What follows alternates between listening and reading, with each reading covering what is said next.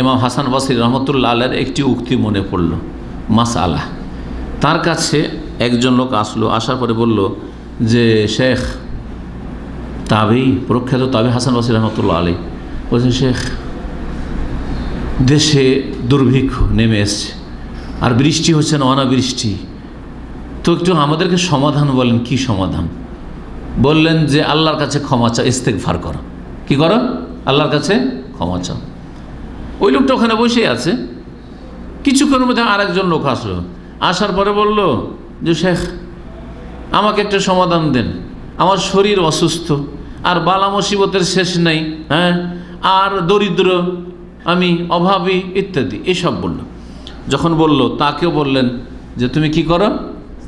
আল্লাহর কাছে ইস্তেগফার করো, ক্ষমা চাও, তওবা ইস্তেগফার করো। তৃতীয় ব্যক্তি আসলো, আসার পরে সে বলল যে আমার জন্য একটা সমাধান দেন না, আমি নিঃসন্তান, আমার ছেলে মেয়ে নেই, ছেলে মেয়ে হচ্ছে না, দীর্ঘদিন হয়ে গেল আমাদের বিয়ে শাদীর, তা আমাদেরকে একটা সমাধান দেন যাতে করে আমাদের নেক সন্তান হয়, ছেলে মেয়ে হয়। তাকেও বললেন যে তুমি কি করো? ইস্তেগফার করো। ওই প্রথম ব্যক্তি আর তারপরে যারা মজলিসে বসে সবাই অবাক যে সমস্যা 3-4 রকমের আর সমাধান হচ্ছে এক রকমের। এটা কেমন কথা? সে কি কেমন কথা হলো? উত্তর একটা অথচ প্রশ্ন কয়েক রকমের, তাই না?